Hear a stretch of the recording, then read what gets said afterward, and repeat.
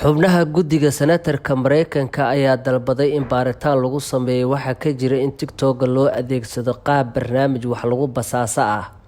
Xubnaha ayaa weydiistay waaxda maaliyadda FCT inay baaritaan ay ku sameyso TikTok oo marin habaabisa sharci dejiyaasha marka laga hadlayo arrinta ku saabsan awoodda ee shaqaalaha ByteDance ay u leeyihiin inay helaan oo ay gudaha u galaan xogta isticmaalka Mareykanka. ByteDance waa shirkadda iskale TikTok waxaana laga leeyahay Mareykanka.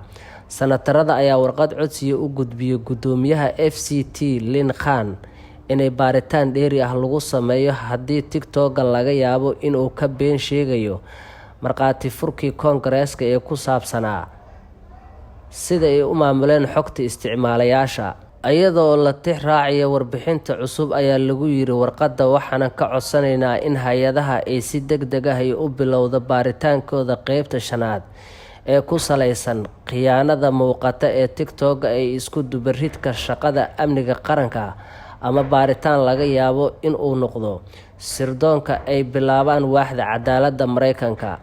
Dalabkani waxa uu daba socdaa warbixin lagu qoray wargeys ka soo baxa dalka Mareykanka oo sheegaysa in shaqaalaha ByteDance ee Shiinaha ay si joogto ah u heli jireen xogta Mareykanka horaantii 2022. Ilwareedyo ka tirsan dowladda federaalka Soomaaliya ayaa beeniyay warbixino ay qoreen warbaahinta Israel oo sheegaya in Muqdisho ay ka fakarayso inay xiriir diblomaasiyadeed ay la yeelato Israel.